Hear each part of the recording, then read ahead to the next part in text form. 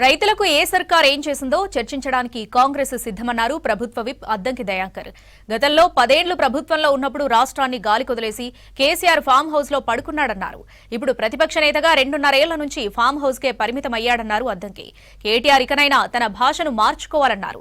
లేదంటే మీరు ప్రజల్లో మరింత దిగజారడం ఖాయమన్నారు అద్దంకి.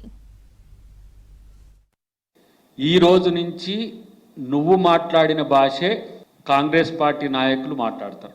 ఒక్కరు కాదు, ఇక ముఖ్యమంత్రి గారి నుంచి మొదలు పెడితే క్షేత్రస్థాయిలో ఉండేంత వరకు కేసీఆర్ కేటీఆర్ బూతు భాషనే మాట్లాడాల్సిందిగా నేను విజ్ఞప్తి చేస్తున్నాను. ఎందుకంటే వీళ్ళు మారరు, వీళ్ళకు అధికారం పోయినా మారరు, అధికారం ఉన్నా మారరు. వీళ్ళ డిఎన్ఏనే ఇలాంటి బూతు డిఎన్ఏ.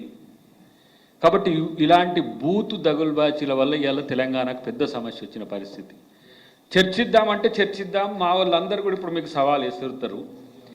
నువ్వే కేసీఆర్ కొడుకు అయితే రైతులకు కాంగ్రెస్ ప్రభుత్వం ఈ 2 సంవత్సరాల్లో చేసిన దానికి చర్చిస్తానికి వస్తావా?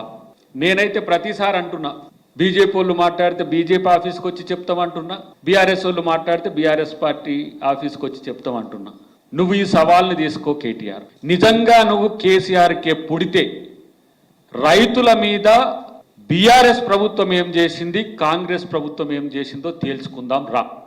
నువ్వే చెప్పు ప్లీజ్, నీ దగ్గరికి వస్తాం ఈసారి. కాకపోతే నీ స్థాయి కాదు, గుర్తుపెట్టుకో. నీ స్థాయి రేవంత్ రెడ్డిది కాదు.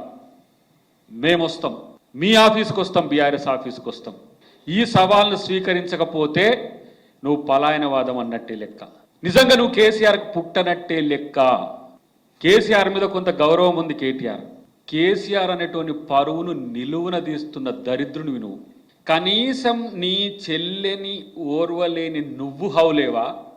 రాష్ట్రంలో ఉండే ఆడపడుచులందరినీ చెల్లెలుగా భావించే రేవంత్ రెడ్డి